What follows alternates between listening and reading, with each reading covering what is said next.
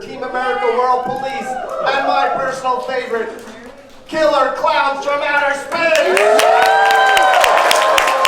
Celebrating the 35th anniversary this year, let's give it up to the Chiodo brothers, Stephen, Edward, and Charlie Chiodo!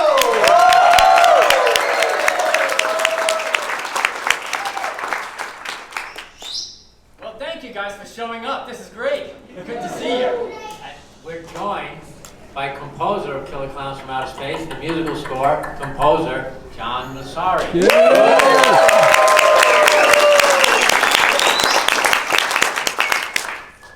It's really great to see all you guys here. I mean, we're so happy that you guys have been fans for all of these years. Would you believe 30 years? Wow. 30. It seems like 30 years. So what we want to do is, we want to open it up to you guys now. We can talk and talk, and if you've heard us talk for a long time, we want to open it up to you to ask any questions you'd like.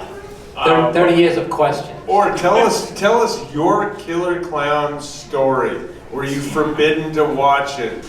Were you scared to death? Did you love them? Did you fantasize about meeting them one day? Did you believe in them? Come on, there's got to be, there's what, at least 18 people out here.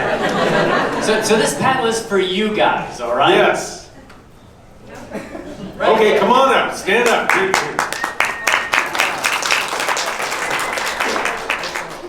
I was wondering, why did you guys choose the Dickies to do the opening number for the movie? We didn't choose the Dickies. I wish we could take credit for that. Our music supervisor, Bob Hunga at Transworld Entertainment, knew their record label and pitched them the idea, and they went off, Leonard went off and, based on just a little description of the movie, went off and wrote the theme song without any input from us. They played a demo for us, and this is fucking great. Now, we should know really quick about the Dickies that they still play, they perform and they tour all over the world.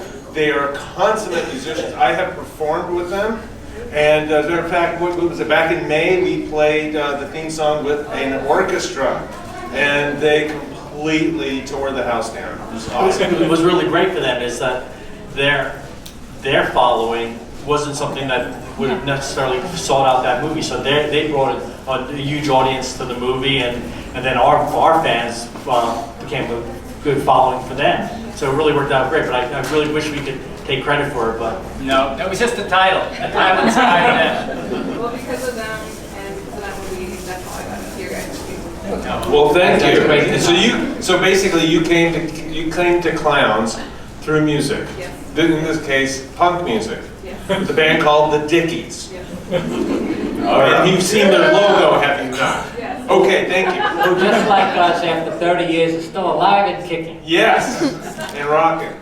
Okay, is there anybody else? Well, Tony's let's got a start, mic. yeah, I want to start things off with, could you tell us the genesis of Killer Klowns from Outer Space, how you guys got together and talked Transworld into making this movie? Talk Transworld.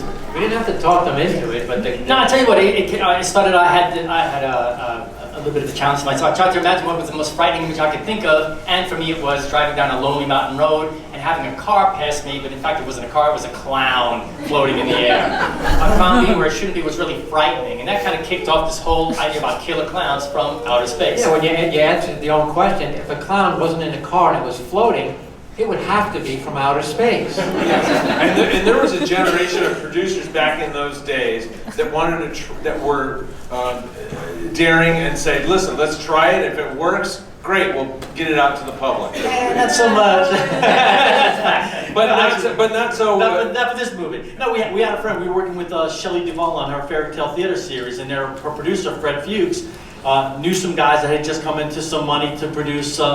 Low budget genre titles. So we went in with a 26-page treatment. I'm a clown with a ray gun. And Charlie had done a one-sheet poster of a clown holding a ray gun looking over a little sleepy town. So we went into Transworld Entertainment, Moshe Diamant, and Paul Mason. We pitched it in the room. Paul Mason turns to Moshe turns to Paul and says, "I like the title. Let's make this movie." That was it. And we said, "This is so easy." It was actually to back up. This was our very, very first feature film pitch ever.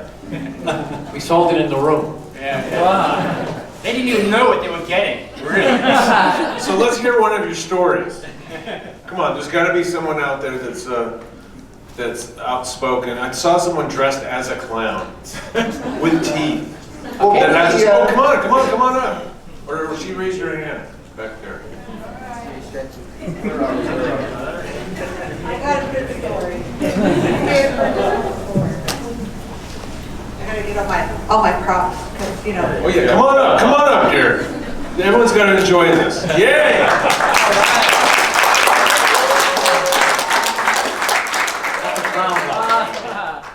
Yeah.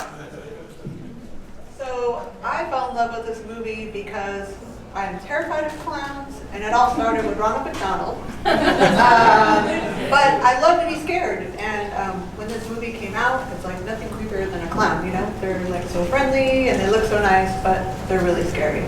So everything about this movie, I really love. The color, the music, everything about it. I've had so much fun, making this costume and coming to see you guys here tonight. So I'm really excited. I went to the Frida event and I saw you, John, there, and amazing. I just love it. It's such a great feel to it.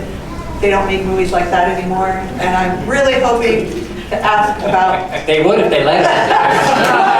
I'm waiting for part 2, so that question's going to come up. Yeah, when that question comes up, we might have an answer. Oh yes. But you've done Killer Klowns well. Thank you for Yes. Yes. And you keep it alive. You know what? The Killer Klowns basically was a love of science fiction and monster movies, and we decided to do something that we thought we could have fun with, throw a little comedy, because that's what we do. We're not serious, horror, gore kinds of guys. And basically we drew on what we grew up with. Grew up in the 60s, 50s, and 60s, and we grew up on the Little Rascals, the Hal Roach comedies, Laurel and Hardy, the Little Rascals, and Abbott and Costello. And we watched Looney Tunes in their heyday with all the best stuff. And the designs of the Killer Klowns were all drawn from my favorite characters. you know, of the Warner Brothers Looney Tunes. So all of that stuff, all the comedy, all the you know, the fun of it, we put into, and then there was the Ray Harryhausen and the monster movies. We just made a mix, a Chiodo Brothers mix of all the stuff we love. Yeah, and it's also a mix of sci-fi. So we were real fans of Day the Earth Stood Still, Forbidden Planet, all those. The Thing from Another World. And most notably, you'll notice there's a slight similarity to the Blob. Right. It really was the blueprint for the entire film, only we just changed the monster to something a little different. We thought that The Blob was a perfect 50s sci-fi film. Teenagers trying to convince an unsuspecting town that there's an alien invasion. What better? Yeah, and you can imagine trying to convince, if there was a real alien, a regular horrible blobby alien, you know, invading the Earth, and you'd have to, you know, convince the town or the police, the authorities, that something alien was killing people, they wouldn't believe you. We took it to the next level. Imagine trying to tell them the clowns with popcorn and cotton candy are killing people. So, any more experiences? Got a question. Okay, come on, stand up. I'm Johnny, huge fan, loved the movie ever since I had seen it in freshman year of high school. I try to show as many people as possible, but just coming from a filmmaker's perspective, you guys being 3 directors, I just can't get over how good the acting was with Mike's character, or Grant's character, Mike. Just like, he just sells it the whole movie. And like, just from a director's standpoint, like, how did you guys direct him? Because like, every line he delivers, whether it's silly, serious, it's just like, he said it that way. Like, it just works. You know what? Stephen was the director. Stephen worked with the actors. Yeah, Stephen was the director. To maintain, like, on set, we'd talk to him before, we'd go on stage and stuff, and so there was just one voice. So Stephen was the director. How old were you when you saw the film? Yeah, I tell you, Grant Cramer was, we discovered him through casting. We went through a lot of different people. And Michael Tobacco is, in fact, a friend of ours from our high school days, so we knew pretty much who Mike Tobacco was, both in his demeanor and his personality. And when we saw Grant Cramer, he really did embody the character. He was better than looking than Mike Tobacco. Yeah. And had as much charisma too. So I guess the best thing for a director is you don't really direct the performance, you really let them become the character. And Grant was the character, so every scene was really Grant making Mike Tobacco come alive. He was kind of, ultimately, he's the dumb blonde in the movie. That's what. If there's such thing as possible, the subtext in Killer Klowns is that he was the dumb blonde. And we never really told him that. This was kind of written that way. Oh, and it's really funny. I mean, it's not a sophisticated film, but it does have layers to it. And that's a layer that I think Grant Cramer didn't realize until it actually happened in the context of the film. If you recall, when Dave the cop frees Debbie from the balloon, there's that awkward moment. She drops out of the balloon, and who'd she go to? She goes to Dave the cop. She hugs Dave. The security guy. She doesn't go to the fun-loving, wacky guy, Mike Tobacco. But when we're shooting that scene, Grant says, what am I supposed to do here? Because he was saying, he thought he was the lead. He thought he was like the hero, and he was for half the movie. So it was really interesting. I said, no, this is that spin. This is where she kind of shows that, you know, who she feels more comfortable with. And it was a really interesting moment. But it really came from Grant as a performer, as his personality. He was Mike Tobacco. Yeah, she went for laughs, not stability. Yeah, I mean, kind of the overriding thing was that, you know, as silly as some of the dialogue is, they were instructed to play it absolutely straight. That, you know, they were not to wink at the camera at all. Except that one girl in the ice cream truck does literally wink at the camera. You know, my favorite line was when Dave the cop, they were leaving, and they just rescued Debbie from the balloon, and the cocoon room was full, and you knew there was hundreds of victims in those things. And he was tortured. He didn't want to leave. He said, we can't leave now. There still might be other people alive in these balloons. Now, that seems like a crazy line, but it was perfect, and he delivered it perfectly. He was concerned because there were, in fact, people still alive in those balloons. And how about that body count? So it really was, it's real drama in the most silly situation. Yeah, and the other actors, you know, brought it too. You know, you had John Vernon, that was just a pleasure to work with. Stephen learned something, you know, from him. John was great. So, yeah, we have another question. So, I love your film. I mean, it's been with me all these years, and when I was growing up, I always saw Killer Klowns from Outer Space. I thought, oh, it's just a plain old comedy. But I love that there's these two moments in your film where it's truly scary. Like that moment where the little girl is in the McDonald's place, and the clown is outside, and you're like, he's waiting for her to come out, and he has the mallet, and that creeped me out. That was my Hitchcock moment. It was brilliant. And then the other one that just got me was just the other one where the policeman's in the jail cell, and the hand behind his back. And just it saw completely freaked me out as a kid. We weren't afraid. We didn't play it all comedy. We actually played all those beats. We made it as best we could a love story. We made it a scary horror story. We made it a comedy. We played each one to the hilt, not trying to soften one or the other. And we built it up to the point where you realize that after the ventriloquist dummy, the clowns weren't messing around. Well, Tony, the movie does take on a different tone when Dave goes back to the police station. It's kind of a different movie from there. I think that's where we kind of get our suspense horror stride. And good to note that as we speak, there is a scare zone in Universal Orlando that's reenacting that very scene with the clown with the mallet. So you guys know about that? You know about that? We're excited. Universal in Orlando, their theme park, they're doing a horror haunt themed Killer Klowns. And there's all the characters. There's the Terenzi brothers. There's the ice cream truck. There is just about Eddie every Stone and character. Dave the cop, they're all going to be there. Yeah, and there's also the girls with the inflatable crustaceans are there. They covered everything. They even have the original score playing, and they have the new score that we just recorded this year playing at the same time. And it's really awesome. Make your reservations now. Yeah, we'll be down there at the beginning of the month of October, and hopefully we'll do a live thing for you, and or you can see it on Facebook. Yeah, check out our website and you'll see we'll post it when we do a live stream from the horror haunt in Orlando. Yeah, and actually, John is here. He wrote the music. He wrote the score. He did a synthy score for the '80s, but his whole life he was seeing it as a full orchestral score. And he wrote it for a 76-piece orchestra, and that's what we performed on May 19th in front of a screening. We had a 76-piece orchestra playing John Massari's orchestral And score. we're going to show some footage of that. Yeah, I'll tell you what. We have a lineup here. We had some questions. We'll take another question, then we'll show a clip from the live concert. Okay? Yeah. Okay. All right. Next question. All right. So this is more on the prop side of things. Were there any clowns that were that you didn't get to look right whatsoever? Like you just didn't want to? They were just a pain in the butt to get looking the way you wanted them to, or Always. like. It was. Yeah, I mean, I think that comes down to it was a low budget movie, so we spent a lot of money on our 8 hero clowns and Clownzilla, but when it came down to doing recasts out of the molds, create our background cast of characters, some of them are a little rough looking, and some of them appear pretty prominently in the movie.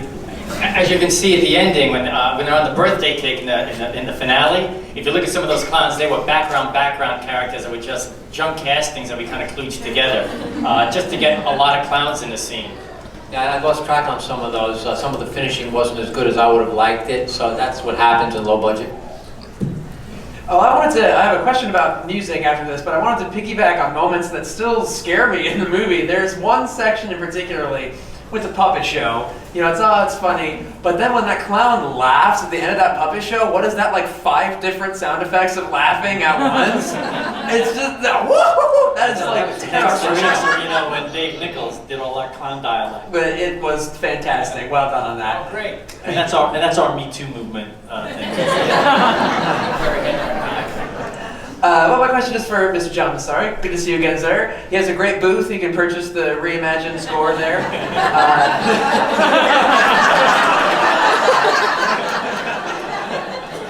We rehearsed that all afterwards. You did it beautifully. Thank you. Hire me. No, I'm kidding. My question is, how did you become involved with the film originally, and what were some of your musical influences when creating the score? Well, it's like anything wonderful that happened by accident. Let me see. A very good friend of ours was my roommate for many, many years. And he introduced me to a filmmaker that was working on a documentary in Washington, D.C. And that director said, I know some friends, they're brothers, they're making a movie, they're from New York. And it's a really crazy movie. You probably don't even want to do it. It's something about clowns in outer space. I'm going, huh? And so when I first saw it, and I just absolutely fell in love with the imagination, the color, and you could tell that this was a movie concept on a bizarreness of such a level at the time, previously unimagined. And I wanted to be part of it. And so I quickly set to doing a demo, and I think several other composers did demos for it. But I just had a feeling for it, and so I was fortunate enough to be chosen. You were the cheapest. Right.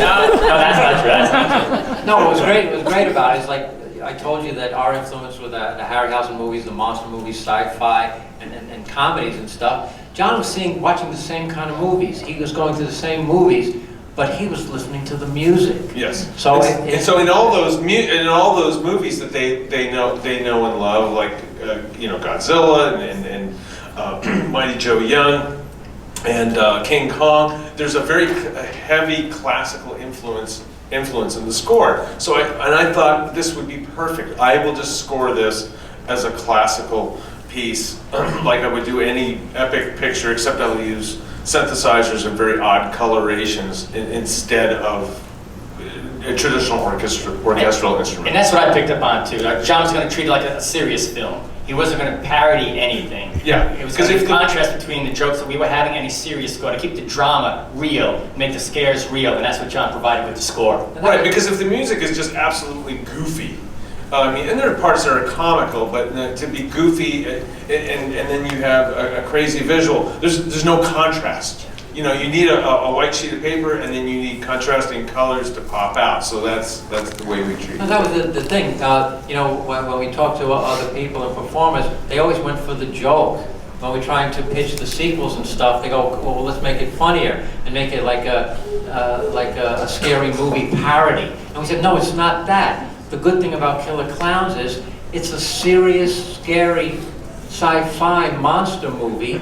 It's just the monsters are clowns. And we tried to constantly repeat and remind people, this is not a joke movie. These are real monsters killing people. Hi guys, I thank you again for coming out for us all. I have two questions, one kind of on the directing side and then another on sound. For directing, what were the obstacles? Because I'm a director too, so what were the obstacles for you guys trying to get the performance that you guys want, and what strategies did you guys do to get the performance that you want out of your actors? So the schedule, the time, we had to get a certain amount of pages shot in a night. Oh well, it's just really getting the actors on board with the tone of the film. Actually, it was getting them to feel comfortable reading those stupid lines. It really was a challenge. I remember Suzanne Schneider, when we were doing the Jack in the Box in the bathroom, she wasn't frightened. She said, "I can't act scared. These are silly." And I said, "Do your job."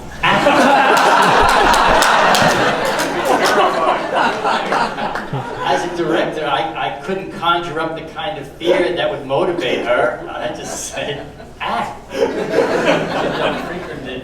He was taking a gun out and shot it again. Yeah, but like somebody like John Vernon, who was really experienced, he kind of got the tone. He was this kind of anarchistic cop who had a backstory. He was, you could tell he was a Korean vet. A Korean War vet. A Korean War vet and a registered voter. Yeah. So I looked to the actors to do their job, really. I set the table, and they then perform. They do their stuff. I mean, if you look at John Vernon, when he's reading those magazines in the police station, he opens it up and he sees 9mm guns on the outside, showing to the camera. That's something he did.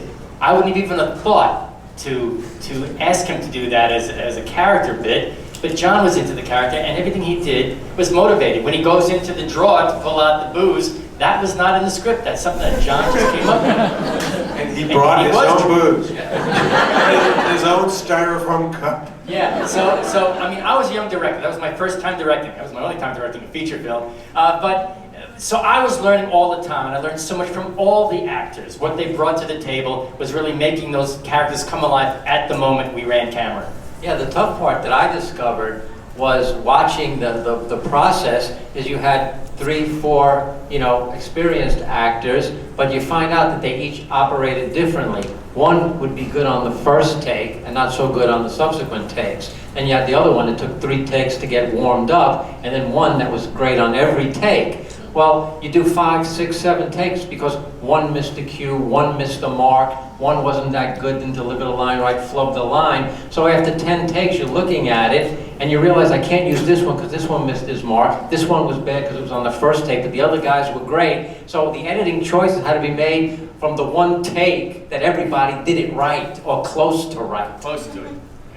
And then for sound, you might have answered it while you were talking about composing the film, but as a composer, do you normally watch the film in full and then watch it and like compose it, or do you come up with a mix and then the directors like approve or don't approve it? Well, by the time I had done Killer Klowns from Outer Space, I had logged a number of flying hours, so to speak. I had worked on Little House on the Prairie with David Rose, who's a veteran composer. I worked on various television series with Mark Snow, who did oh my goodness, X-Files. The X-Files, right? Thank you. I was going to say it was called something else actually. It had 42 in it, believe it or not, and that's how I remember it. But anyways, but that was after Killer Klowns from Outer Space. But I worked with very seasoned, talented composers, and believe it or not, they say once you see the film a few times, don't look at it, just start writing music, and then come back to the film and you'll find out, wow, all this material works in all these different places and what have you. So that's how I approach most of my projects from a strictly musical standpoint, even though sometimes I use sound effects. But with this film, I think I said before, it was so well crafted and edited together, that process that I just described you was that much easier to do. And since it has been 30 years since the release of this film, I would imagine you have underwent developments as filmmakers. So if you were to redo this film today, would there be anything that you would do different in the production of Killer Klowns? I think in 30 years we've grown as filmmakers. I think we'd be a little more sophisticated. To me, what I'd like to do is, it was our first film, and that was 30 years ago. I'd like to think that we could take some of the goofiness out of it. I know we can make it a lot scarier. So I'd like to make it a little more scarier, but still keep the really clever kills, because that's what makes Killer Klowns Killer Clown. Yeah, in fact, we can show you guys maybe a little clip that shows you one of the disappointments that we had during the film. A gag that we tried to do that didn't work because we just didn't have the production time to make it work. And these are the kind of things we'd like to expand upon in another film. So, I mean, technology has come so far, there would be an opportunity to use, bad word, digital, but in terms of compositing and rod removal, things like that, just make performances better. Yeah, so if we can get our screen up on the big screen. So while the guys were trying to escape from the clowns inside the circus tent spaceship, there was one gag we wanted to do. We wanted to defy gravity by having everybody on a tightrope. And as we're following the chase on the tightrope, we see that it actually starts to become stairs. So like a 2D, 3D type illusion we were trying to create. And it's actually working, looks pretty good on the video, but with the film, when we couldn't light it properly to just isolate the rope. So when we got it on film, we saw the platform and the stairs that they were walking on. And at that time, we didn't have the digital technology to fix it. Yeah, we could have done that digitally and corrected it, in post. But it was a matter of lighting. It was a beautiful, funny gag. Do you think it's funny? We think it's pretty funny. They're working on a tightrope, and you see them going upstairs on a tightrope. Because they're clowns. That's why. I honestly have never seen this. This is fascinating. And it was dangerous too, because that little platform and those big shoes, it was difficult for the clowns to walk upstairs with 14-inch shoes. These are some of the background clowns that we're talking about. They're not finished to I think the quality that we ultimately would have liked. Yeah, look at that third clown. Nice. Here's my question. How do you know when your clown actors are angry or they're not happy? And have you ever gotten into an argument with them on the set? And be serious about the argument. They're more concerned It's like, okay, get out of makeup, I will come. Yeah, some more questions, please. Hi, I kind of had like a funny story to share. So I first saw this when I was like 5 or 6, and we didn't really have like access to media and whatnot because we lived in a rural area. So this was on like Channel 12 kind of thing. And so after I saw it, I tried to explain it to my parents, like, oh, can you please buy me this VHS, please, please? And like I didn't know how to articulate it as a 6-year-old, so I was like, it had clowns in it. They melted a cop with pies. They have no idea what I was talking about. Did they check you for a fever? And like for years, I'm like, what Disney movie had clowns? And like they just thought it was like so finally, when I got into like middle school and whatnot, and we finally got the internet, like I discovered it again. I was like, oh, I wasn't crazy. Cool. And I showed them that. I was like, remember years ago when you guys thought I was crazy and thought this was a Disney film? Oh, here it is. And it was so frustrating from like the ages of 6 to 13 trying to figure out what this was. That's very funny. Now, how did it look to you when you saw it as a young teenager in contrast to a 6-year-old? It was a lot more scary as a teenager because as a 6-year-old I didn't quite like understand what was going on. I was like, oh wow, clowns! And if you remember, the clowns in Dumbo were actually scarier. Yes. Because they were mean. And drunker. Drunker. Well, thank you. That was really a great story. Yeah.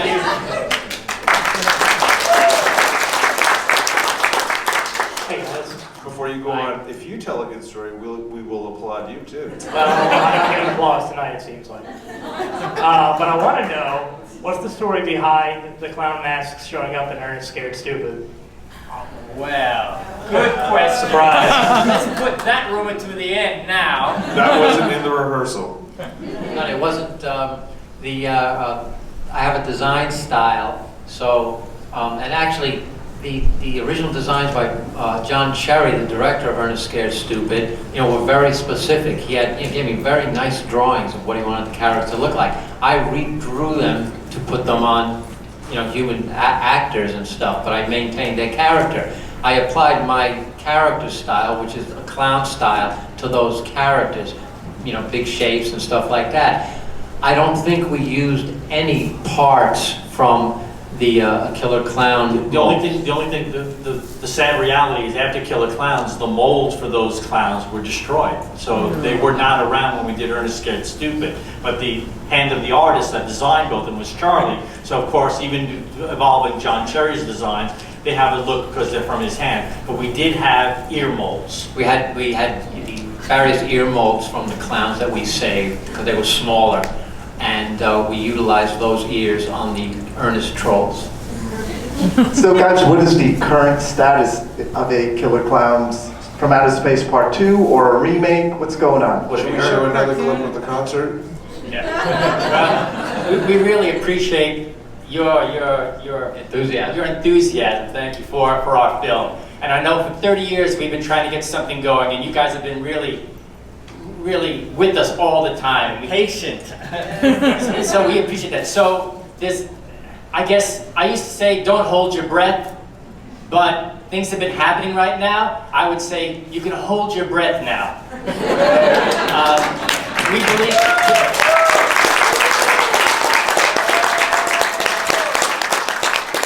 that the success of It recently as being a real horror blockbuster has kind of educated some of the people in the industry that clowns are cool, clowns are scary, and they're looking at our property now more seriously than they ever have before. I can say something will be happening with Killer Klowns from Outer Space within the near future. Absolutely.